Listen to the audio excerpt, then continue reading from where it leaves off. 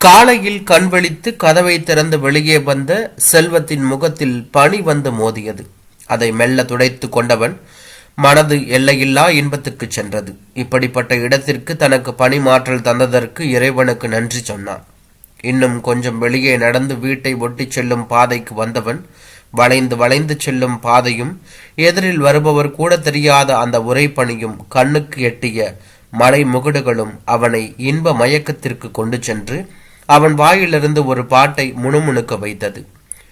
செல்வம் மின்சார பணியாளருக்கான தொழில்முறை பட்டப்படிப்பை முடித்து கோவையில் ஒரு தனியார் கம்பெனியில் பணிபுரிந்து வந்தான்.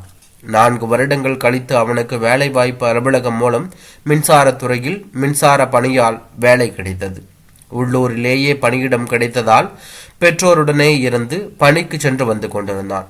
1 வருடம் ஆன பின்னால் வால்பாறையில் உள்ள காடம்பாறை என்னும் ஊருக்கு பணிமாற்றம் செய்தார்கள். அவன் பெற்றோர் அந்த மலை பிரதேசத்திற்கு பணிமாற்றம் ஆனதை விரும்பவில்லை. காரணம், காட்டு விலங்குகளால் அவனுக்கு ஏதேனும் ஆபத்து வருமோ என்ற பயம்தான். அவன் தன் பெற்றோரை சமாதானப்படுத்தித்தான் இந்த மலை பிரதேசத்திற்கு வந்திருந்தான். காலையும் மாலையும் மட்டுமே பொள்ளாச்சியிலிருந்து காடம்பாறைக்கு பேருந்து வரும். இதை அறியாமல் பேருந்து நிலையத்திற்கு வந்தவன் காலை பேருந்தை பிடிக்க முடியாமல் காத்திருந்து காடம்பாறைக்கு மலையில் வந்து சேர்ந்தான். அங்கிருந்து கடும் குளிர் அவனை பயமுறுத்தியது. பணியாளர்களும் அதிகாரிகளும் தங்குவதற்கு ஒரு விடுதி இருந்தது. அதில் இரவு தங்கினான். மறுநாள் அவனது அலுவல்கள் தெரிவிக்கப்பட்டு மாலைக்குள் அவனுக்கு ஒரு வீடு ஒதுக்கப்பட்டது. வீடு கிடைத்த சந்தோஷத்தில் அன்று இரவே குடிபோய்விட்டான். காலையிலிருந்து கதவை திறந்தவன் மனதை இந்த காலை பணி பரவசப்படுத்தி பாட வைத்து விட்டது. செல்வம் இங்கு வந்து 6 மாதங்கள் ஓடிவிட்டது. பொதுவாக அங்கு உள்ள கடையில் சாப்பாட்டு வேலைகளை முடித்துக் கொள்வான். வீட்டில் அவனுக்கு பெண் பார்க்க ஆரம்பித்து விட்டார்கள். இப்பொழுது ஒன்றும் அவசரமில்லை என்று சொன்னாலும் நித்தம் அவன் சாப்பிடும் கடை சாப்பாட்டை நினைத்து மனது கல்யாணத்துக்கு ஏங்கியது. வரப்போகும் பெண்ணை பற்றிய கனவுகள் அவன் மனதில் பறவைகளாய் சிறகடித்து பறந்து கொண்டிருந்தது. பெண் பார்த்து பார்த்து வரன் கூடாமல் தட்டி போவது அவன் மனதை மேலும் சோகமாக்கியது. இப்பொழுதெல்லாம் இந்த பனி படர்ந்த மலைகள் அவனுக்கு ஒரு வித சோர்வையே கொடுத்தன.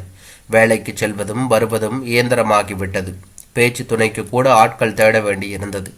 மனது இப்பொழுதெல்லாம் பரபரப்பை நினைத்து ஏங்கியது. ஒரு நாள் அவன் செல்போன் கிணுகிணுத்தது. எடுத்தவுடன், அப்பா, டே செல்வம், இந்த வாரம் சனிக்கிழமை இங்க வர முடியுமா?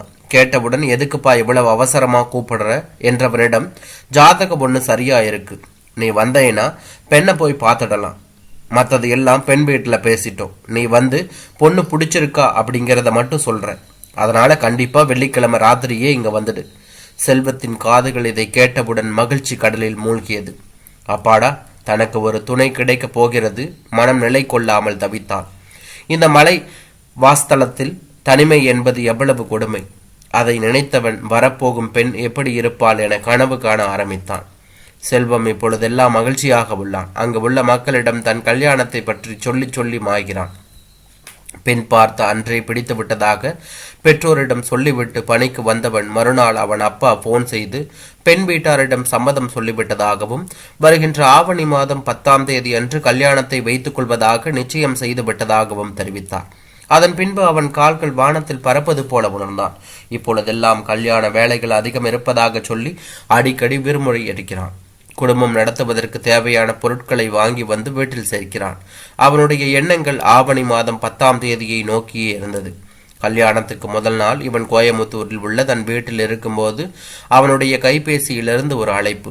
நம்பர் புதியதாக இருக்கவே யாராயிருக்கும் என்ற யோசனையில் போனை எடுத்தவன், நான் மேகலா பேசுகிறேன் என்ற குரலை கேட்டவன் ஒரு நிமிடம் யார் மேகலா என்று யோசித்தவன் திடீரென்று மின்னலாக பளிச்சிட, அட, தனக்கு மனைவியாய் வரப்போகிறவள் பெயரல்லவா?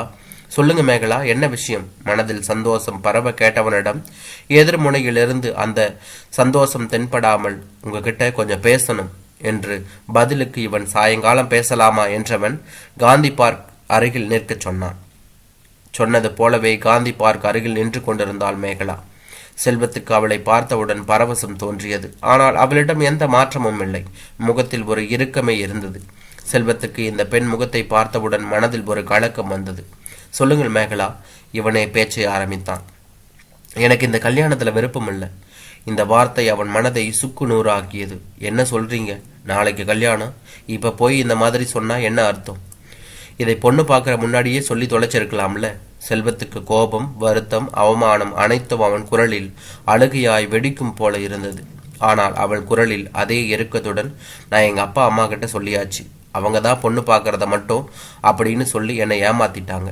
அதுக்கப்புறம் பார்த்தா நீங்கள் உடனே சம்மதம் சொல்லி இவங்களும் உங்களுக்கு ஒத்து போத ஆரம்பிச்சிட்டாங்க.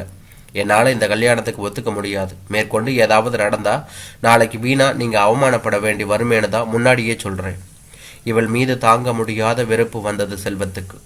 என்னுடைய அவமானத்தை பற்றி கவலைப்படுகிறாளாம். நாளை காலையில் கல்யாணம், இத்தனை நாள் இருந்துவிட்டு எனக்காக கவலைப்படுகிறாளாம்.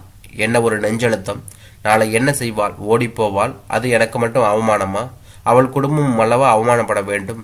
இனி இவளிடம் பேசி பிரயோஜனமில்லை. சரி, இந்த கல்யாணத்துல எப்படி இஷ்டமில்லைன்னு தெரிஞ்சுக்கலாமா? விருப்பம் இருந்தா சொன்னா போதும்.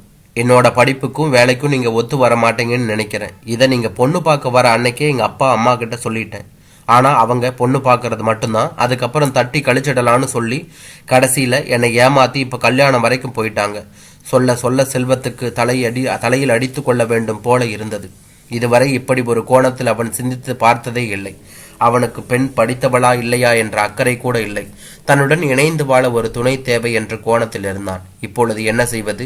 அவனுக்கு தலை சுற்றியது. சரி மிஸ் மேகலா, உங்க அப்பா உங்க அம்மா கிட்ட பேசி இந்த கல்யாணத்தை நிறுத்த முடியுமான்னு பார்க்கறேன். மேகலாவின் அப்பா இவன் சொல்வதை அமைதியாக கேட்டுக்கொண்டிருந்தார். இவன் ஆற்றாமையையும் அழுகையுமாக சொல்வதை அவர் புரிந்து கொண்டதைப் போல அவன் தோளை தட்டி, நீங்க கவலைப்படாம போங்க, இந்த கல்யாணம் நடக்கும். உங்களுக்கு ஒரு அவமானம் வர்ற மாதிரி நான் நடந்துக்க மாட்டேன். அவனை அனுப்பி வைத்தார். செல்வத்துக்கு இந்த கல்யாணமும் வேண்டாம், ஒன்றும் வேண்டாம், எங்காவது போய்விடலாம் என்று தலையை பிடித்து கொண்டான். கல்யாண சத்திரத்தில் இரவே உறவினர்கள் கூட்டம் வர ஆரம்பித்தது. செல்வத்துக்கு முகத்தில் ஜீவனே இல்லை. எப்படியும் அவமானப்பட போகிறோம் என்று மனது சொல்லிக்கொண்டே இருந்தது. இரவு பெண் வீட்டார் மாப்பிள்ளை அழைப்புக்கு அழைத்த போது மணப்பெண்ணின் அப்பா உறவினர்கள் அனைவரையும் அழைத்தார். மாப்பிள்ளை வீட்டார் பெண் வீட்டார் அனைவரையும் அழைத்தவர் மாப்பிள்ளை வீட்டுக்காரங்க கிட்ட, நான் முதல்ல மன்னிப்பு கேட்கிறேன். என் பொண்ணு இந்த கல்யாணத்துக்கு ஒத்துக்க மாட்டேன்னு சொல்லிட்டா. ஆனா நான் இவரை தான் மாப்பிள்ளையா தீர்மானிச்சிட்டேன். அதுக்கோசரம் என்னோட இரண்டாவது பொண்ணுகிட்ட அபிப்பிராயம் கேட்டேன். அவ மனமும் வந்து உங்களை கல்யாணம் பண்ண சம்மதிச்சிருக்கா. நீங்க உங்க சம்மதத்தை இந்த சபையில சொன்னீங்கன்னா இப்பவே நிச்சயத்தையும் வச்சு உங்களுக்கு மாப்பிள்ளை அழைப்பும் நடத்தி நாளைக்கு முகூர்த்தத்தையும் வச்சுக்கலாம். சிறிது நேரம் மௌனம். செல்வத்தின் அம்மா அப்பா அவனது முகத்தை பார்க்க அவன் சம்மதத்தை தலையசைப்பின் மூலம் சொல்ல, செல்வத்தின் பெற்றோர் அங்கிருந்த பழத்தட்டை எடுத்து பெண்ணின் அப்பாவிடம் கொடுத்து தங்களது சம்மதத்தை தெரிவித்தார்கள். ஒரு நிமிடம் என்று செல்வம் சொல்ல அனைவரும் அவன் முகத்தை பார்க்க, பொண்ணுக்கிட்ட சம்மதத்தை அவங்க வாயால சொன்னா நல்லா இருக்கும் என்றார். அந்த பெண்ணை அனைவரும் பார்க்க அவள் முகம் வெட்கத்தால் சிவந்து மெல்ல தலையாற்றினார். 15 நாட்கள் கழித்து கடம்பாறை செல்லும் பேருந்தில் மனைவியின் மடியில் தலை வைத்து உறங்கிக் கொண்டு வந்தான் செல்வம். அவன் மனைவி இந்த பனி படர்ந்த மலைகளையும் வளைந்து செல்லும் பாதைகளையும் ஆவலுடன் பார்த்து கொண்டிருந்தாள்.